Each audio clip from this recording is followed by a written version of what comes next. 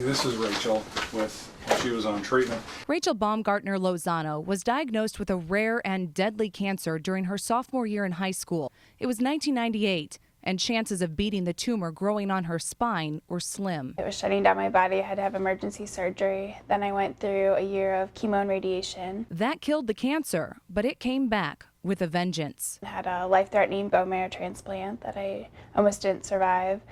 And then about a year and a half after that, it came back between my heart, lung, and spine. This third recurrence was bad. The cancer was in a spot too dicey to operate.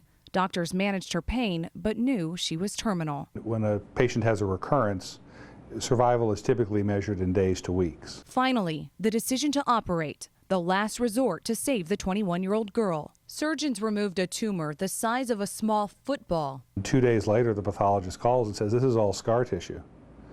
It was just, "Do you have the right patient?" I said, "What do you mean it's all scar tissue?"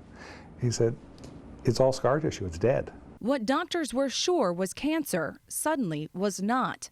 And that is what the Vatican is investigating as a miracle. Medically, you just kind of go, this shouldn't have happened. And that makes Rachel wonder if prayer and a certain priest played just as big of a role as modern medicine.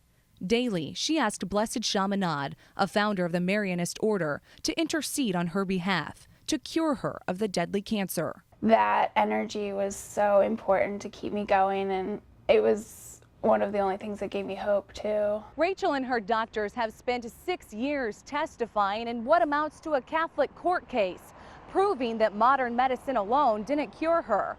The Pope ultimately decides if Chaminade should become a saint. If he thinks that Rachel's cure is miraculous, it'll be only the second miracle to happen in the Catholic Church here in St. Louis. The last one happened in the 1800s, making it hard to overestimate what this would mean for the St. Louis faithful and to Rachel. I still think that I'm a miracle either way. In St. Louis, Maggie Crane, News 4.